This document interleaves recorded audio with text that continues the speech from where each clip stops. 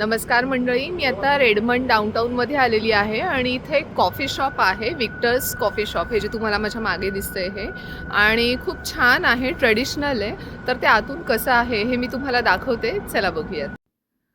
हा outside view आहे. समरमध्ये निवांत अशी कॉफी पीत बसता यावं म्हणून त्यांनी छान अशी अरेंजमेंट केलेली आहे. आता आपण आत जाऊया आणि आत गेल्यानंतर तुम्हाला खरं सांगते एवढी भारी वाईब आली.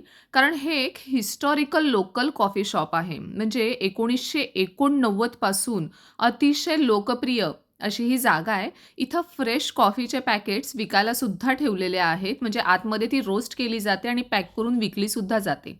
आता समोर जी दिसतीये ही आहे फायरप्लेस.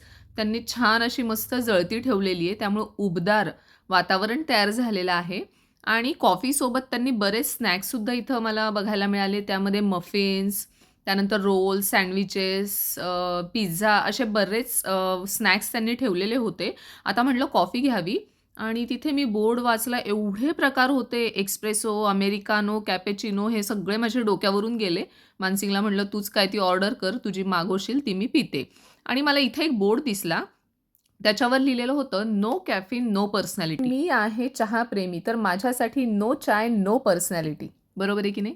आणि बाकी मग मागे त्यांचे सर्टिफिकेट्स आहेत. त्यांचे बेस्ट कॉफी सर्टिफिकेट्स हे या सगळ्या वॉलवर लावले होते.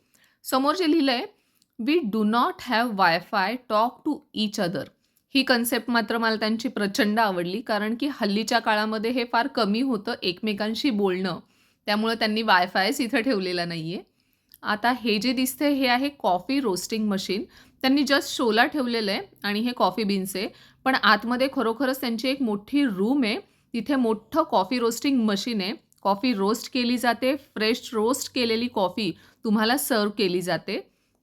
मी तर इथं कॉफी प्यायले, पण मला अगदी खरं सांगते मनापासून चहाच आवडतो. तर तुम्ही पण आहात का चहाप्रेमी? मला कमेंटमध्ये नक्की कळवा.